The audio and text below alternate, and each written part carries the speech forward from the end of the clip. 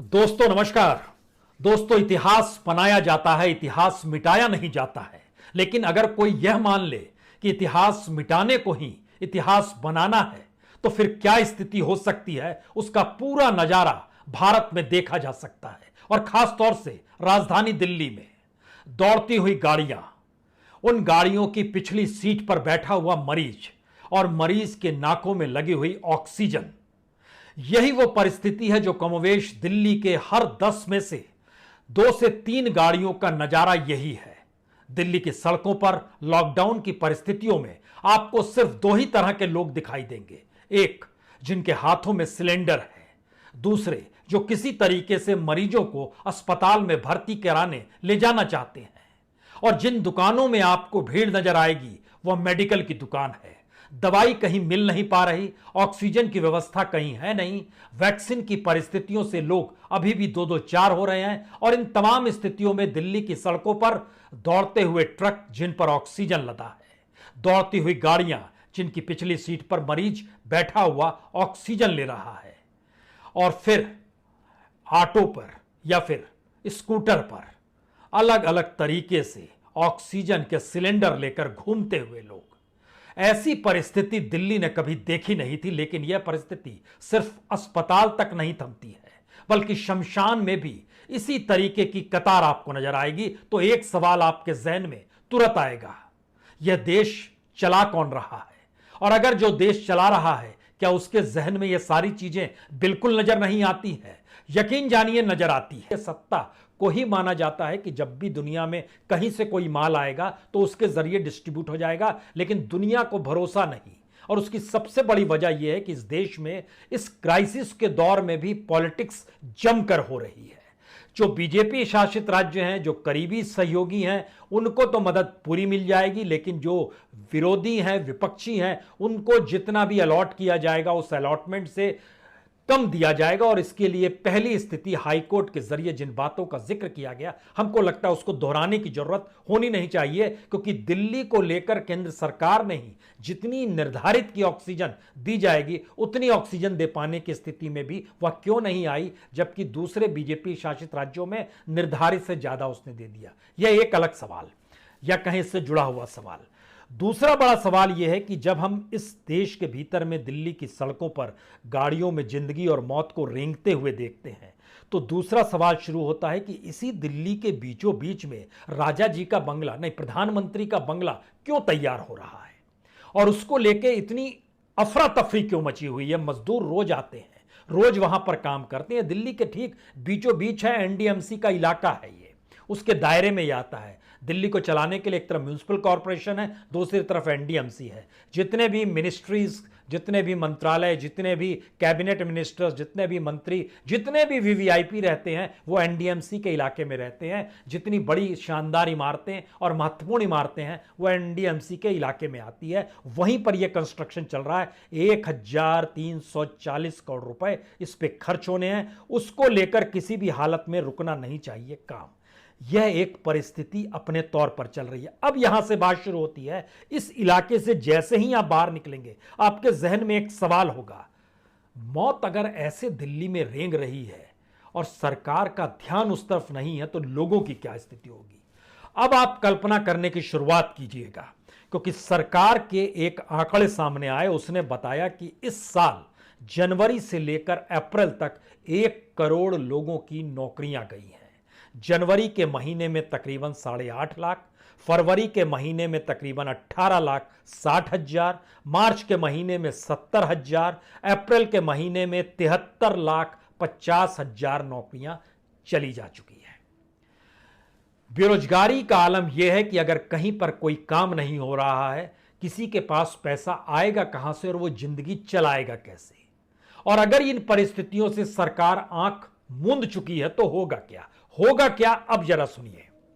Ambulance, अगर आप NCR के इलाके से दिल्ली के किसी भी अस्पताल में कल को कोई एम्बुलेंस लेते थे, उसकी कीमत होती थी 1,000 रुपए से 1,200 रुपए।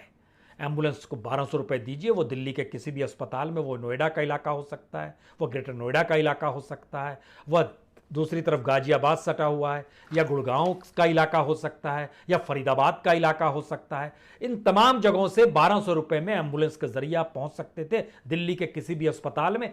मान लीजिए एक दूसरे छोर पर है तो ज्यादा से ज्यादा 1500 रुपए, इससे ज्यादा एम्बुलेंस वाला पैसा नहीं लेता था। लेकिन आज की तारीख में अगर आप एनसीआर से दिल्ली की तरफ जाते हैं, दिल्ली से एनसीआर वापस मरीज को लेकर जाना चाहते हैं, तो मिनिमम जो है वो 8000 है मिनिमम। मैक्सिमम जो है वो 15,000 तक की पेमेंट आपको करनी पड़ेगी, तब आपको एम्बुलेंस लेकर जाएगा। यह कमाई है इस देश के भीतर में। जान बचाने को या इलाज के लिए ले जाने को लेकर एम्बुलेंस की कमाई शुरू होती है। दूसरी स्थिति है इस देश के भीतर में जो ऑक्सीजन 800 रुपए में और फ्री ऑफ कॉस्ट मिलता था, उसकी कीमत झटके में 10,000 रुपए हो गई।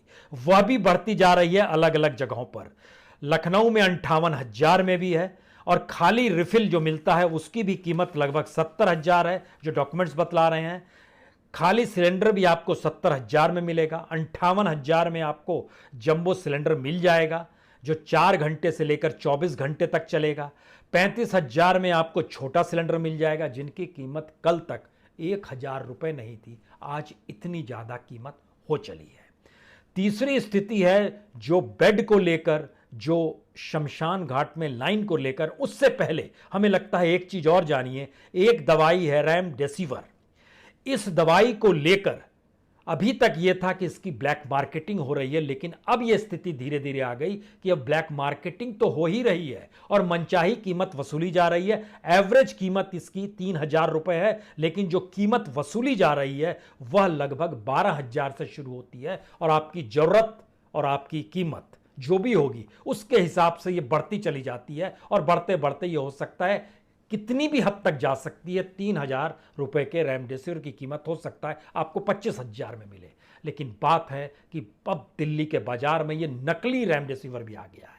हमें लगता है कि आज इसको जरा परखने की जरूरत इसलिए है क्योंकि ये सवाल देश के भीतर में बार बार 2 सवाल उठते हैं। एक ही मेडिसिन की कीमत 2 कैसे हो सकती है, जैसे वैक्सीन को लेकर सवाल हुआ। इस रेमडेसिविर को लेकर सरकार ने टैक्स कम किया जो इस पर लगाया हुआ था, उसके बाद जो कीमत निर्धारित की, लेकिन उसके बावजूद भी दिल्ली के नहीं देश की 7 कंपनियां बड़ी इस दवाई को बनाती है। लेकिन जरा एक स्थिति को देखिए और उसके साथ यह भी देखिए कि कैसे नकली दवाई बनाई जाती है और उसका पता क्या दिया जाता है, उसका एड्रेस जो रहता है वो कैसे 2 राज्यों के परिस्थितियों को मिलाकर खड़ा कर दिया जाता है। ये सारी चीजों के लिए पहले देखिए यह स्थिति जो भारत सरकार ने जारी किया कि रेमडेसिविर की कीमत क्या होगी। तो रेमडेसिविर को लेकर सरकार ने 17 अप्रैल को एक प्रेस रिलीज जारी की और बताया कि हम टैक्स कम कर रहे हैं, टैक्स हटा रहे हैं। तमाम कंपनियां जो रेमडेसिविर बनाती हैं वो अब कीमत को कम करें, जिससे ब्लैक मार्केटिंग में जो कीमत है वह भी कम हो जाए। लेकिन कमाल की बात है, दवाई एक है, बनाने वाली 7 कंपनी, और 7 की कीमत अलग अलग। यह भी एक सवाल है इस देश के भीतर में एक ही मेडिसिन को लेकर अलग अलग कीमत कैसे रखी जा सकती है, और यह बाकायदा मिनिस्ट्री के जरिए जारी किया गया।